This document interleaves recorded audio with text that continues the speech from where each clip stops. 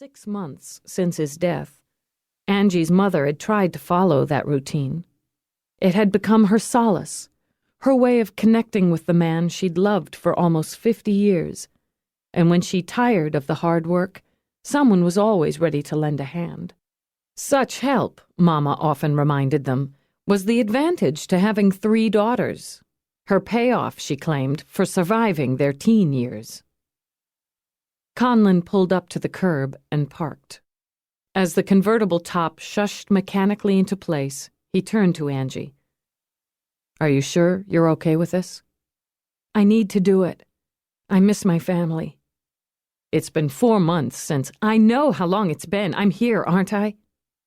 She turned to look at him finally. He was exhausted.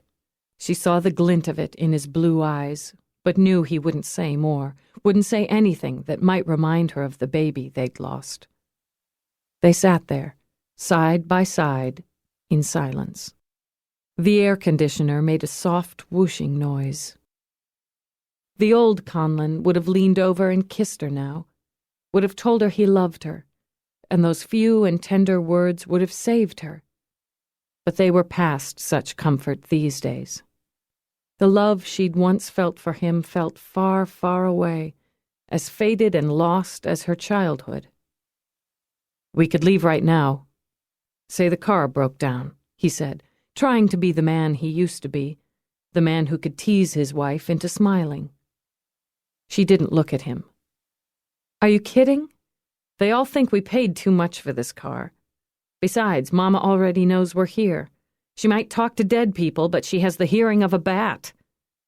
She's in the kitchen making 10,000 cannoli for 20 people, and your sisters haven't stopped talking since they walked in the door. We could escape in the confusion." He smiled. For a moment, everything felt normal between them, as if there were no ghosts on the seat. She wished it were an ease that could last. "Livy cooked 3 casseroles," she muttered.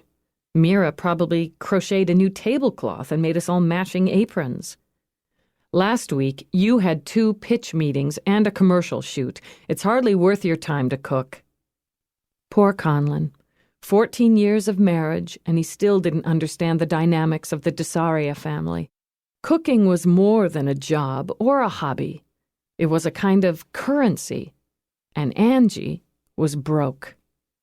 Her papa, whom she'd idolized, had loved that she couldn't cook. He took it as a badge of success. To an immigrant who'd come to this country with $4 in his pocket and made a living feeding other immigrant families, he'd been proud that his youngest daughter made money using her head rather than her hands. "Let's go," she said, not wanting to think about Papa. Angie got out of the car and went around to the trunk. It opened silently, revealing a narrow cardboard box. Inside was an extravagantly rich chocolate cake made by the Pacific Dessert Company and a to-die-for lemon tart. She reached down for it, knowing some comment would be made about her inability to cook. As the youngest daughter, the princess, she'd been allowed to color or talk on the phone or watch TV while her sisters worked in the kitchen. None of her sisters ever let her forget that Papa had spoiled her mercilessly. As adults, her sisters still worked in the family restaurant. That was real work, they always said, unlike Angie's career in advertising. "Come on," Conlon said, taking her arm. They walked up the concrete walkway, past the fountain of the Virgin Mary, and up the steps. A statue of Christ stood by the door, his hands outstretched in greeting. Someone had hung an umbrella from his wrist. Conlon knocked perfunctorily and opened the door.